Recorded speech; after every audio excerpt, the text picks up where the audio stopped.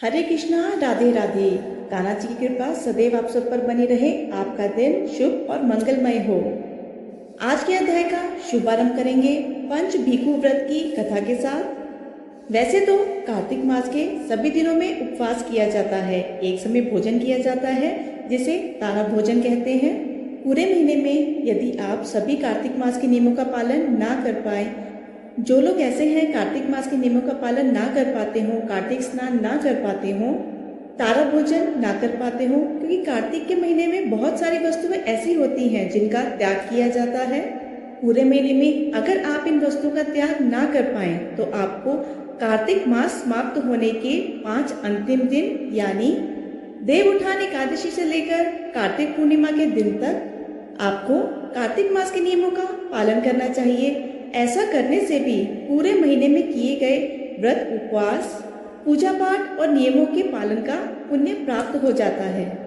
और इन 5 दिनों के व्रत को कहा जाता है भीष्म पंचक व्रत। अब सुनिए भीष्म पंचक यानी पंच भीखु व्रत कथा। किसी गांव में एक साहूकार रहता था और उसका एक बेटा और बहू भी उसके साथ ही रहते थे। साहूकार की बहू कार्तिक मास में रोज सवेरे जल्दी उठकर गंगा स्नान करने के लिए जाती। सुबह जल्दी जाते समय वह किसी भी पराये पुरुष का मुख नहीं देखती थी, यह उसका रोज का नियम था। एक राजा का बेटा भी सुबह सवेरे गंगा स्नान करने जाया करता। वह हैरान होता कि मैं इतनी जल्दी उठता हूँ स्नान करने के लिए, पर कोई तो है जो मुझसे ही पहले आकर स्नान कर लेता है। कार्तिक मास के 5 दिन बचे थे कि एक दिन साहूकार की बहू स्नान करके वापस जा रही थी और उसी समय राजा का वह बेटा स्नान करने के लिए आ रहा था। आवाज सुनकर बहू जल्दी जल्दी जाने लगी, लेकिन जल्दबाजी में उसकी माला मुजरी वहीं छूट गई। राजा के बेटे ने उसकी माला मुजरी उठा ली और सोचने लगा, जिस स्त्री की माला मुजरी इतनी सुंदर है वह स्त्री स्वयं कितनी सुंदर होगी। तब उसने पूरे गांव में घोषणा करवा दी, यह जिसकी माला मोजड़ी है वह 5 रात मेरे पास आएगी। साहूकार की बहू ने कहलवा दिया, मैं 5 रात आऊंगी, पर किसी को साग भरने के लिए बैठा देना। राजा के बेटे ने एक तोते को पिंजरे में बंद करके गंगा किनारे एक पेड़ पर टांग दिया। बहू सुबह सवेरे आई, पहली पैड़ी पर पैर रखा और बोली, हे कार्तिक के ठाकुर राय दामोदर, 5 पांडु, छठे नारायण, भीखम रह जा, उस पापी को नींद आ जाए। राजा के बेटे को सचमुच नींद आ गई।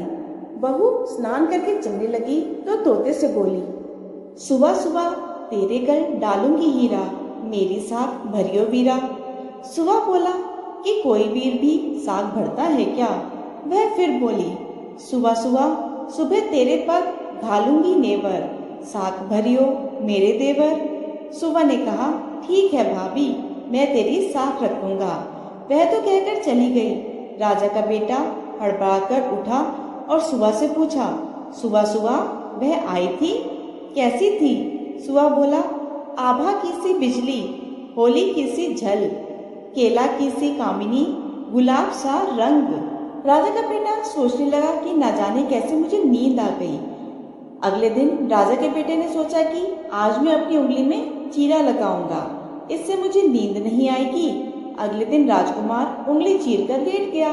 वह आई और भगवान से उसी तरह प्रार्थना करने लगी और राजकुमार को फिर से नींद आ गई।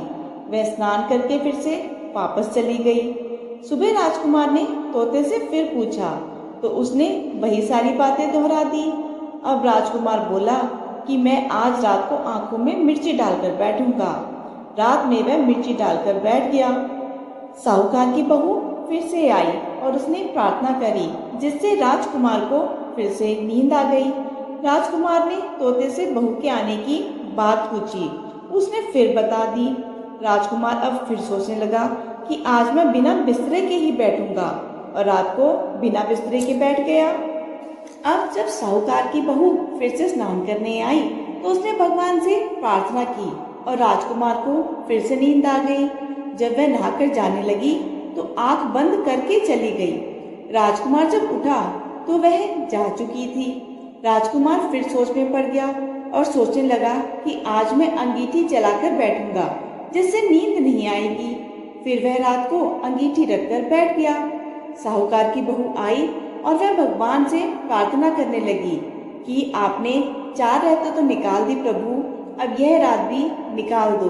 भगवान ने उसकी बात रख ली और राजकुमार को नींद आ गई।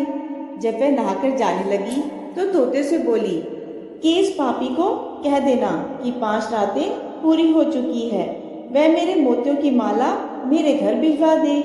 सुबह राजकुमार की आंख खुली तो उसने तोते से पूछा कि क्या वह आई थी, तो तोते ने कहा हाँ वह आई थी और उसने अपनी माला मुजरी मंगवाई है। यह सुन राजकुमार सोचने लगा कि वह तो सच्ची थी, तभी तो भगवान ने उसका सत रखा। कुछ समय के बाद राजकुमार को कोढ़ हो गया। राजा ने कितने ही वैद्यों को बुलाकर इलाज कराया पर कुछ भी काम न लगा। फिर राजा ने ब्राह्मण को बुलाकर पूछा कि मेरे बेटे का शरीर क्यों जल रहा है।